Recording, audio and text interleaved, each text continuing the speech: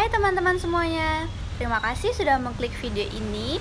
Perkenalkan, nama saya Nezaluna Keira Cahaya Asmoro. Saya dari Universitas Negeri Malang, Fakultas Ekonomi dan Bisnis dari Prodi Ekonomi Pembangunan. Nah, saya dari Offering DD akan menjelaskan tugas infografis saya dari mata kuliah Ekonometrika. Di sini infografis saya berjudul Upah Minimum, Angka Harapan Hidup dan Pendidikan. Apakah itu faktor yang mempengaruhi indeks pembangunan manusia? Masih banyak orang di luar sana yang menganggap semua faktor itu bisa masuk ke dalam indeks pembangunan manusia. Nah, mari kita cek apakah semua faktor itu bisa mempengaruhi indeks pembangunan manusia. Mengapa sih harus indeks pembangunan manusia yang diangkat dalam topik ini? Nah, indeks manusia itu merupakan salah satu indikator penting yang digunakan untuk mengukur kesejahteraan dan kualitas hidup di suatu negara. Indeks pembangunan manusia ini mencakup 3 dimensi penting, yaitu kesehatan, pendidikan, dan standar hidup, yang secara keseluruhan mencerminkan kemampuan individu untuk mencapai potensi mereka. Jenis data apa yang digunakan? Nah, saya di sini menggunakan jenis data kualitatif, dan data yang saya peroleh merupakan data dari Badan Pusat Statistika yang nantinya kalian bisa cek barcode di infografis ini. Selanjutnya, data yang saya ambil dari Badan Pusat Statistika ini akan saya uji menggunakan SPSS.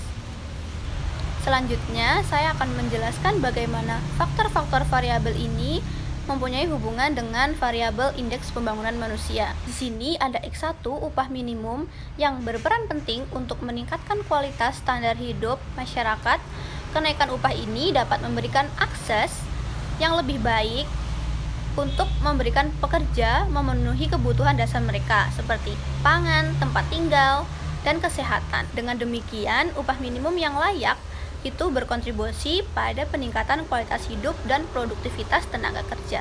Yang kedua, ada variabel X2, yaitu angka harapan hidup, yang merupakan indikator kesehatan yang menunjukkan rata-rata yang diharapkan seseorang hidup. Peningkatan angka harapan hidup ini mencerminkan perbaikan gizi, sanitasi, kesehatan, dan gizi masyarakat. Yang semakin tinggi angka harapan hidup, semakin baik pula kualitas kesehatan yang berkontribusi akan pada peningkatan indeks pembangunan manusia. Nah, selanjutnya yang terakhir X3, yaitu pendidikan. Nah, pendidikan ini adalah kunci untuk meningkatkan kualitas sumber daya manusia. Pendidikan yang lebih tinggi tidak hanya meningkatkan keterampilan dan pengetahuan individu saja, tapi juga membuka peluang kerja yang lebih baik sehingga meningkatkan pendapatan. Nah, dengan pendidikan yang lebih tinggi, masyarakat dapat berpartisipasi aktif dalam kegiatan ekonomi dan sosial.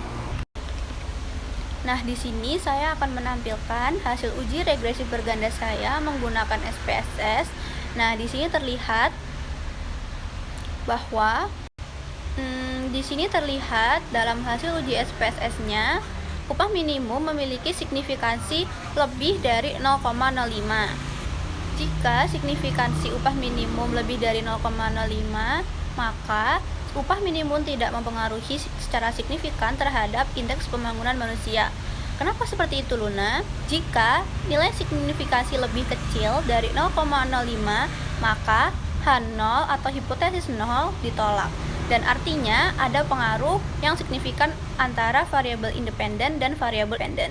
Nah, sedangkan di hasil uji SPSS ini kan upah minimum itu lebih besar dari nilai signifikansi 0,05. Nah, dalam kasus upah minimum ini, nilai signifikansinya 0,115 lebih besar dari 0,05, sehingga H0 diterima, yang artinya tidak ada bukti yang cukup kuat untuk menyatakan bahwa upah minimum itu berpengaruh signifikan terhadap indeks pembangunan manusia. Mengapa seperti itu? Sedangkan variabel angka harapan hidup dan pendidikan memiliki nilai signifikansi yang sangat kecil, yaitu sebesar 0,000, yang mengindikasi bahwa kedua variabel ini memiliki pengaruh yang sangat besar atau lebih kuat terhadap indeks pembangunan manusia dibandingkan upah minimum. Nah, berdasarkan hasil uji T ini, dapat disimpulkan bahwa upah minimum merupakan faktor yang tidak memberikan kontribusi yang signifikan dalam menjelaskan variabel indeks pembangunan manusia dalam model regresi ini.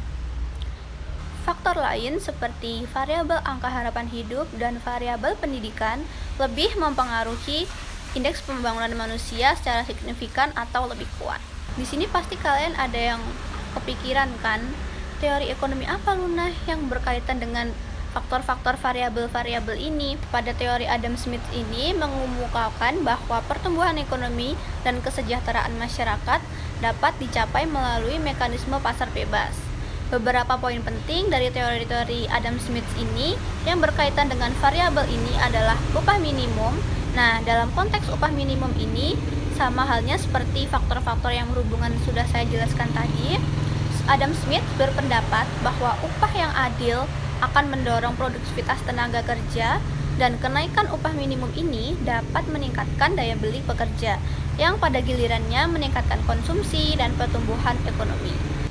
Nah, teman-teman, perlu diingat ya, bahwa semua faktor itu belum tentu bisa mempengaruhi indeks pembangunan manusia. Seperti contoh pada topik ini, upah minimum tidak berpengaruh signifikan mempengaruhi indeks pembangunan manusia.